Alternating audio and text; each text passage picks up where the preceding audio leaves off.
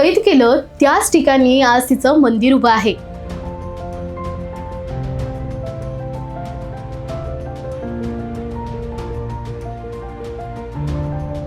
मित्रांनो, तुम्हाला माहितीये का, जगात सीता मातेला समर्पित एकमेव मंदिर आहे, ते देखील श्रीलंकेत.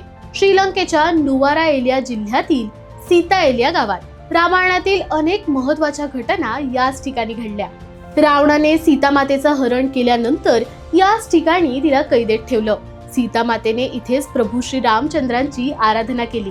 प्रभू श्री रामचंद्रांची अंगठी घेऊन आलेल्या मारुती रायाची आणि सीता मातेची ऐतिहासिक भेट देखील याच ठिकाणी झाली.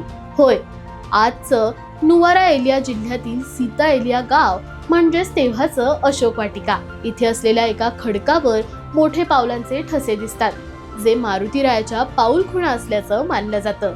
या मंदिराची स्थापना सुमारे 100 वर्षांपूर्वी ब्रिटिशांच्या कामासाठी आलेल्या भारतीय तमिळ मजुरांनी केली होती.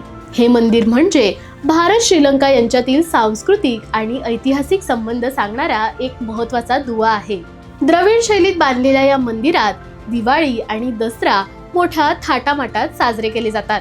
भारताच्या बाहेर असलेलं सीता मातेचं हे एकमेव मंदिर रामायणाचा ऐतिहासिक पुरावा तर आहेच, पण त्याचबरोबर लाखो भारतीयांचं श्रद्धास्थानही आहे. मित्रांनो, भारतीय परंपरेशी जोडलेली ही माहिती तुम्हाला कशी वाटली? कमेंट करून नक्की सांगा आणि अशाच अपडेटसाठी फॉलो करा जबरी खबरी.